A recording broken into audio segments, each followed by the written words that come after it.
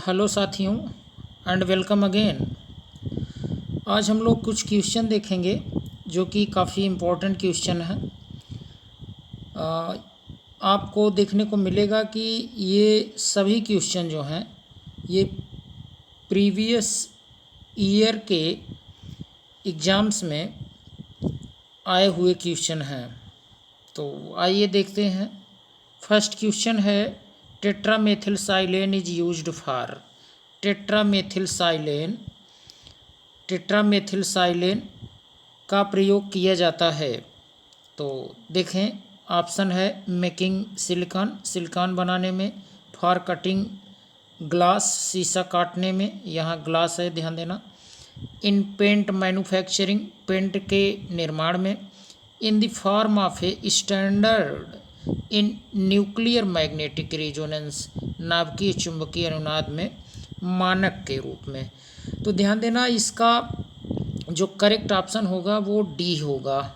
ठीक है, देखिए क्यों होगा ज़रा समझें। आप ध्यान दें कि नाभिकीय चुंबकीय अनुनाद में मानक के रूप में टेट्रामेथिलसाइलेन मतलब CH3 का होल 4SI, ये है टेट्रामेथिलसाइलेन।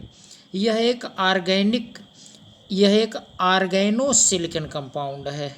क्या है? आर्गेनोसिलिकन कंपाउंड है। टेट्रामेथिलसाइलेन का प्रयोग नाभिकीय चुंबकीय अनुनाद यानी न्यूक्लियर मैग्नेटिक रेजोनेंस में NMR में मानक के रूप में किया जाता है। और ध्यान दें, यह स्पेक्ट्रोस्कोपी के लिए केमिकल शिफ्ट जांचने में किया जाता है, इसलिए इसका ऑप्शन जो डी है यही करेक्ट ऑप्शन होगा। ठीक, नेक्स्ट क्वेश्चन देख लेते हैं हम लोग। नेक्स्ट क्वेश्चन है, ज़रा देखें second question. Which type of radiation is used in nuclear magnetic resonance NMR spectroscopy. नाभिकीय चुंबकीय अनुनाद स्पेक्ट्रोस्कोपी में किस तरह का विकिरण प्रयुक्त होता है? तो ऑप्शन है अल्ट्रावायलेट लाइट, पराबैंगनी प्रकाश, microwaves, radio waves, infrared radiation यानी अवरक्त विकिरण। तो इसका जो करेक्ट ऑप्शन है वो है रेडियो वेव, यानी रेडियो वेव जो है इसी का उपयोग NMR यानी न्यूक्लियर, ध्यान दें, न्यूक्लियर मैग्नेटिक रेजोनेंस में किया जाता है। अच्छा, आपको देखने को मिलेगा कि ये जो रेडियो वेव है, ध्यान देना, रेडियो वेव इसी का उपयोग किया जाता है। ऐसा क्यों? क्योंकि नाभिकीय चुंबकीय अनुनाद स्पेक्ट्रोस्कोपी जो है यह एक अत्याधुनिक तकनीकी है ना। ये मॉडर्न टेक्निक है और इसका उपयोग कोशिकाओं के भीतर चल रही जो कॉम्प्लेक्स रिएक्शन होते हैं यानी जटिल क्रियाएं होती हैं, इनके अध्ययन के लिए किया जाता है। NMR स्पेक्ट्रोस्कोपी का जो प्रारंभिक विकास था वो लगभग 40 के दशक में ही परमाणु के चुंबकीय गुणों की जानकारी हासिल करने के लिए किया गया था। और इसके बाद NMR स्पेक्ट्रोस्कोपी बहुत तेज़ी से विकसित होकर रसायन शास्त्रियों, जीव वैज्ञानिकों और चिकित्सकों के लिए एक अनिवार्य तकनीक बन गई और नाभिकीय चुंबकीय अनुनाद स्पेक्ट्रोस्कोपी में रेडियो वेव का प्रयोग किया जाने लगा। तो ध्यान देना कि रेडियो वेव्स जो है यही इसका करेक्ट ऑप्शन है, इसको याद रखना है। आइए देख लेते हैं, नेक्स्ट क्वेश्चन है पैरानाइट्रोएनिलीन। ध्यान देना, पैरानाइट्रोएनिलीन पॉजेजेज यानी पैरानाइट्रोएनिलीन में होता है, क्या होता है? क्या क्रोमोफोर होता है या ऑक्सोक्रोम होता है, या देखें बोथ क्रोमोफोर एंड ऑक्सोक्रोम यानी क्रोमोफोर और ऑक्सोक्रोम दोनों होता है। नेक्स्ट ऑप्शन है कि नाइदर क्रोमोफोर नार ऑक्सोक्रोम। तो ध्यान दीजिए ज़रा, पैरानाइट्रोएनिलीन का ज़रा स्ट्रक्चर देखिए, ये है पैरानाइट्रोएनिलीन। ठीक, ये एनिलीन NH2 और यहाँ पर देखिए ये NH2 है और यहाँ NO2 NO2। तो ये है पैरा नाइट्रो एनिलीन। अगर आप ध्यान से देखें तो ये जो NH2 ग्रुप देखने को मिल रहा है, NH2 ग्रुप, यह क्या है ज़रा सोचिए। यही आपका है क्या, ये है ऑक्सोक्रोम है। ठीक है, ये क्या है, ऑक्सोक्रोम। NH2 जो है यह क्या है, ऑक्सोक्रोम है, ऑक्सोक्रोम है। ठीक है, मतलब कलर को यही शो करवाता है। और ज़रा देखें NO2 क्या है, यह है क्रोमोफोर है। ठीक है, क्या है, क्रोमोफोर है। ठीक है, तो निश्चित रूप से इसमें दोनों है, यानी ऑक्सोक्रोम भी है और क्रोमोफोर भी है। तो ये थोड़ा सा आप जानते रहिए ज़रा सा। हाँ, इसमें आपको ये भी देखने को मिलेगा, जैसे क्रोमोफोर का मतलब क्या होता है ना। क्रोमोफोर का मतलब जो यौगिक रंगीन हो। ठीक है, कोई भी रंजक जो क्रोमोफोर की उपस्थिति के कारण रंग प्रदर्शित करता है। और देखिए क्रोमो का मतलब ही होता है, ध्यान देना, क्रोमो का मतलब ही होता है क्या, कलर। क्रोमो का मतलब क्या होता है, क्रोमो का मतलब ही होता है क्या, कलर। क्रोमो का मतलब कलर होता है। और फोर का मतलब टू बियर। ठीक है, फोर का मतलब क्या होता है, टू बियर, टू बियर। कहने का तात्पर्य ये है कि जो कलर को क्या करे, कलर को ग्रहण करे। ठीक है, यानी सहसंयोजक असंतृप्त यौगिक ये होते हैं जो अल्ट्रा वायलेट लाइट या विजिबल लाइट के अवशोषण को दिखाता है। और नाइट्रो समूह साधारणतया जो है पीले रंग का होता है। नाइट्रो समूह साधारण रूप में पीले रंग का होता है। यह रंग नाइट्रो समूह की उपस्थिति के कारण होता है। अब जैसे देखिए आपको देखने को मिलेगा कि ये एथिलीन ग्रुप है या एसिटिलीन ग्रुप है या कार्बोनिल ग्रुप होते हैं।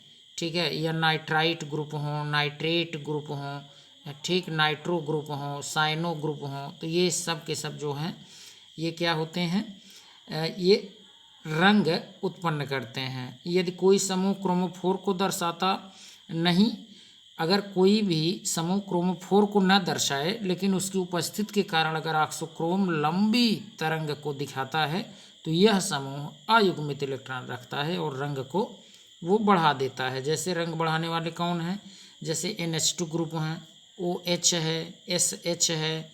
ठीक है, ये सभी ग्रुप क्या होते हैं, ये रंग को बढ़ाने वाले होते हैं, ध्यान देना। लेकिन ये क्रोमोफोर को नहीं दर्शाते, ये जाना जाता है। आप जानेंगे कि ये किसको दर्शाएंगे, ये ऑक्सोक्रोम को दर्शाते हैं।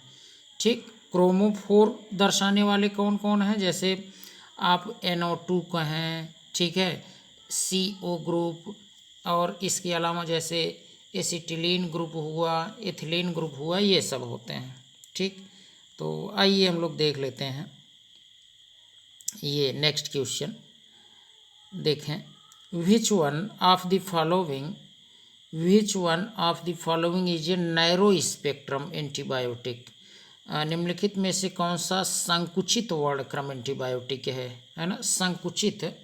तो इसमें देखिए ऑप्शन है पेनिसिलिन, टेट्रासाइक्लिन, ये क्लोरेम्फेनिकॉल, स्ट्रेप्टोमाइसिन। तो इसका जो ये करेक्ट ऑप्शन होगा पेनिसिलिन होगा। ठीक है, अलेक्जेंडर फ्लेमिंग ने इसको सबसे पहले क्या किया था, डिस्कवर किया था, आपको पता है ना। पेनिसिलिन जो है ये संकुचित स्पेक्ट्रम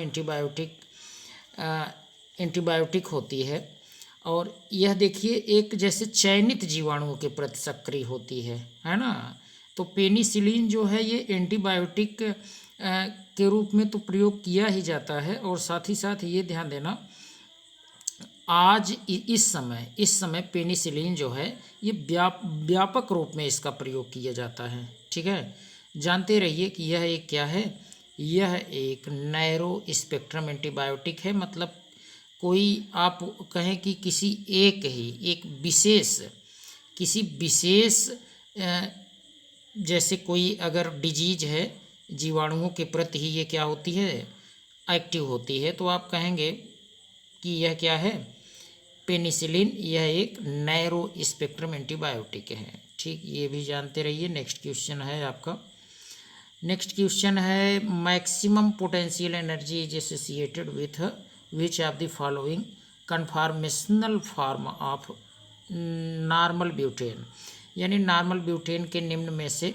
किस संरूपी समावयवी से संबंधित अधिकतम स्थितिज ऊर्जा है। तो दिया है staggered, gauche, eclipse methyl group eclipses, another methyl यानी कि ग्रसित रूप जो मेथिल समूह हाइड्रोजन पर ग्रसित होता है, या फिर और एक और यहाँ देखें ऑप्शन दिया है, यह है eclipsed methyl group eclipses hydrogen, यानी ग्रसित रूप मेथिल समूह हाइड्रोजन पर ग्रसित होता है। तो ध्यान देना यहाँ पर इसका जो करेक्ट ऑप्शन होगा वो होगा क्या, वो होगा स्टैगर्ड। ठीक है, स्टैगर्ड होगा, ये करेक्ट ऑप्शन है। क्यों, स्टैगर्ड जो होता है ये सबसे ज़्यादा सांतरित रूप जो होता है वो सबसे ज़्यादा स्टेबल होता है। ठीक है, इसीलिए नॉर्मल ब्यूटेन के जो संरूपी समावयवी हैं वो अधिक स्थितिज ऊर्जा इनकी होगी। ठीक है, कारण क्या है, क्योंकि जो बड़े बड़े ग्रुप होते हैं वो एक दूसरे के अपोजिट होते हैं। ठीक है, इसीलिए ये ज़्यादा स्टेबल होता है और इसका करेक्ट ऑप्शन स्टैगर्ड होगा। ठीक, नेक्स्ट क्वेश्चन देख लेते हैं। देखिए नेक्स्ट क्वेश्चन है कि मोस्ट स्टेबल, ध्यान देना, most stable conformation of ethane 1,2-डाइऑल इज। देखिए जो सबसे अधिक जो स्टेबल कन्फार्मर होगा एथेन 1,2-डाइऑल का, वो कौन सा होगा, क्या एंटी कन्फॉर्मेशन होगा, या गाउचे कन्फॉर्मेशन होगा, या फुली इक्लिप्स्ड कन्फॉर्मेशन होगा, या पार्शियली, ध्यान देना ये पार्शियली है, पार्शियली इक्लिप्स्ड कन्फॉर्मेशन होगा। तो देखिए इसमें 1,2-डाइऑल है, 1,2-डाइऑल है, तो इसका स्ट्रक्चर आइए आपको दिखाते हैं, और इसका जो करेक्ट ऑप्शन होगा वो होगा गाउचे कन्फॉर्मेशन। क्या होगा, गाउचे कन्फॉर्मेशन। क्यों ये ज़्यादा स्टेबल है, तो इसके लिए आप बताएंगे कि हाइड्रोजन बॉन्डिंग इसका रीजन होता है, इसीलिए ये ज़्यादा स्टेबल होगा। गाउचे कन्फॉर्मेशन देखें ज़रा, ध्यान दीजिए, ये स्ट्रक्चर ज़रा देखिए, आपको देखने को मिल रहा होगा, और ये है गाउचे कन्फॉर्मेशन। देखिए यहाँ हाइड्रोजन बॉन्डिंग कार्य कर रहा है। ठीक है, अगर यही जैसे OH अगर आप ध्यान देना, अगर इसको यहाँ पर आप ला दें, है ना, यहाँ ला दें तो क्या हो जाएगा, स्टैगर्ड हो जाएगा, है ना, स्टैगर्ड।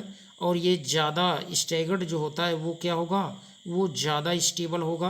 तो ध्यान देना ज़्यादा स्टेबल होता, लेकिन उससे भी ज़्यादा ध्यान देना, अगर यहाँ हाइड्रोजन बॉन्डिंग है इसलिए ये ज़्यादा स्टेबल हो गया गाउचे। अगर कोई दूसरा ग्रुप होता तब वो ज़्यादा स्टेबल होता, ये ध्यान देना है। तो इसका जो करेक्ट ऑप्शन होगा यही गाउचे वाला ही यही करेक्ट होगा। देखें गाउचे कन्फॉर्मेशन, ये बी, ये याद रखना है। ठीक, देख लेते हैं ये नेक्स्ट और लास्ट क्वेश्चन है। ठीक, देखिए इनमें से कौन सा अम्ल त्रिविम समावयवता नहीं प्रदर्शित करता है। तो त्रिविम समावयवता प्रदर्शित करने के लिए क्या क्या आवश्यक है, सबसे पहले तो ये जानना है।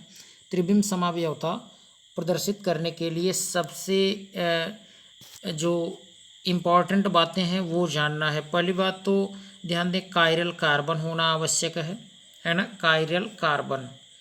देखें अब कायरल कार्बन पहले यही चेक कर लीजिए किस में है किस में नहीं है, ऐसे पता चल जाएगा। क्या सिट्रिक एसिड में होता है, तो सिट्रिक एसिड आपको पता है ये है। अब कार्बन है, और कार्बन से देखें यहाँ OH अटैच रहता है, और यहाँ CH2COOH, और यहाँ COOH, और यहाँ CH2COOH, ये सिट्रिक एसिड है। ध्यान दीजिए ये सिट्रिक एसिड है। तो आप इस कार्बन को ज़रा ध्यान से देखिए, इस कार्बन को देखिए, ये जो कार्बन है इससे OH जुड़ा है और CH2COOH, CH2COOH। अब चारों भिन्न ग्रुप होने चाहिए, ध्यान देना। तो यहाँ तो ये वाला और ये ऊपर नीचे ध्यान दें सिमिलर हो गया, तो यही इसका करेक्ट ऑप्शन हो जाएगा। ठीक है, यहाँ दिया नहीं तो यही नहीं दर्शाएगा, यही इसका करेक्ट ऑप्शन है। वैसे अगर आप देखें ये टारटैरिक एसिड, अगर आप देखें टारटैरिक एसिड इसमें तो होता है, आपको पता है। लैक्टिक एसिड CH3CH, CH3CH, ये ज़रा देखिए, ये भी अगर आप चेक करेंगे तो इसमें तो आपको देखिए, देख लेते हैं CH3CHOH और यहाँ पर COOH। देखिए ये तो भिन्न है, COOH, OH, CH3 और H, मतलब ये भी दिखाएगा। तो इसका तो करेक्ट ये मिल गया है। बस टारटैरिक एसिड इसमें भी रहता है कायरल कार्बन, लैक्टिक एसिड में भी और फ्यूमेरिक एसिड में भी होता है। तो ये जानते रहिए, इसका करेक्ट ऑप्शन जो होगा क्या होगा, ये समावयवता जो है नहीं दर्शाएगा, सिट्रिक एसिड होगा। ठीक, तो आज के लिए इतना ही। हम लोग और भी क्वेश्चन लाते रहेंगे। ठीक, आपको यदि ये वीडियो पसंद आई हो, हेल्पफुल हो, तो आप चैनल को सब्सक्राइब करें और साथ ही साथ अपने मित्रों को भी शेयर करें। थैंक्स।